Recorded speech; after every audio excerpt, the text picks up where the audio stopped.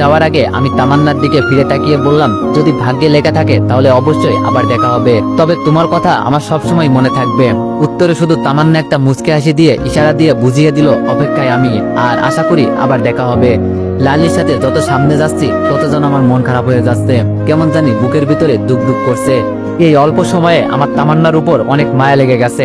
এমনটা যে হবে আমি আগে সেটা জানতাম না, তবে মনকে শুধু এটা বলে সান্ত্বনা দিই যে আমার জন্য একজনই আছে, আর সেটা হলো রিয়া। এই বলে মনকে বোঝাই। ধীরে ধীরে রিয়ার উপর থেকে আমার মায়া এজন্য উঠে যাচ্ছে, কারণ আমি জানি আমি রিয়াকে কখনোই পাবো না। আগে যতটা পরিমাণ ভালো ছিল রিয়া, এখন তার থেকে অনেক চেঞ্জ হয়ে গেছে, শুধু আমি চেঞ্জ হতে পারলাম না। এত বছর পরে ওর কথা মনে করে শুধু এখানে ফিরে আসছি, নইলে কি আর এখানে আসতাম? লন্ডনে কত মেয়ে ছিল, এইসব চিন্তা করছি আর হাঁটছি। পাশ থেকে লাইলি প্রশ্ন করলো, আবার কি আপনি ফিরে আসবেন? হাতে ছিল তামান্নার দেওয়া টাকাগুলোর দিকে একবার তাকালাম, পরে এগুলো পকেটে রেখে উদাস হয়ে লাইলির কথার উত্তর দিয়ে বললাম, হয়তো আসবো, আবার হয়তো না। লাইলি বলল, আমাকে আপনার সাথে নিয়ে যাবেন আপনাদের শহরে? আমি লাইলির দিকে ফিরে তাকিয়ে বললাম, তুমি কি যেতে চাও আমার শহরে? তো এখন চলো আমার সাথে। লাইলি মন খারাপ করে একবার উপরে তাকিয়ে কি জানি দেখলো, পরে পাশের দোকান থেকে 2টা চকলেট কিনে একটা আমাকে দিল, একটা ও নিল। খেতে খেতে লাইলি বলে উঠলো, মাঝে মাঝে কিছু কিছু ইচ্ছে অপূর্ণই থাকে, যেগুলো কোনো জন্মেই হয়তো পূরণ হবে না, তবে একটা জিনিস দেখে মাঝে মাঝে নিজেকে ধন্য মনে করি। সেটা কি জানো? চাঁদ। রাতে চাঁদ দেখলে ভিতরে কেমন জানি একটা ভালো লাগা কাজ করে, কারণ ওর মতো আমিও একা একা গভীর রাতে বসে বসে চিন্তা করি, এই তাদের মতো যদি হতে পারতাম, না থাকতো কোনো চিন্তা, না থাকতো কোনো প্যারা। আমি ওর কথা শুনে একটা হাসি দিয়ে বললাম, তোমাদের গ্রামের মানুষগুলো সত্যি অনেক ভালো, আমাদের শহরের মানুষের মতো এত পাষাণ না।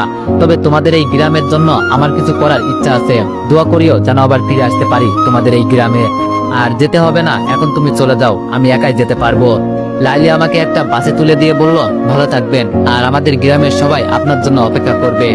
লালিকে বিদায় দিয়ে বাসের জানালা ধরে বসে আছি। কিছুক্ষণ পর বাস ছেড়ে দিল।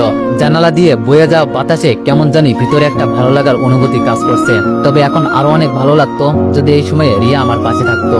আমি যতই চেষ্টা করি রিয়াকে ভুলে যেতে কিছুতেই পারি না, বুঝি না আমার এমন কেন হচ্ছে। মাঝে মাঝে খুব চেষ্টা করি ওর কথা যেন মনে না করি, কিন্তু পারি না। যখনই একা থাকি ওর মুখটাই আমার সামনে ভেসে ওঠে।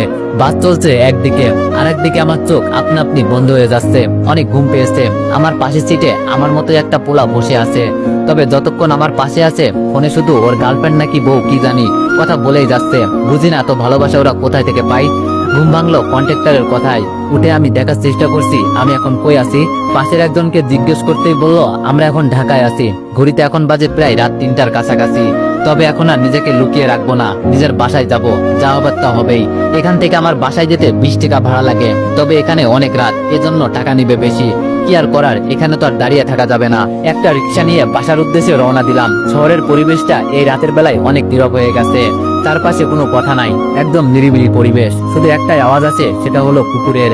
সবার চোখে ঘুম আছে, কিন্তু এদের নাই, হয়তো খাবারের সন্ধান করছে। হঠাৎ এক জায়গায় চোখ আটকে গেল। এখান থেকে কিছুটা দূরে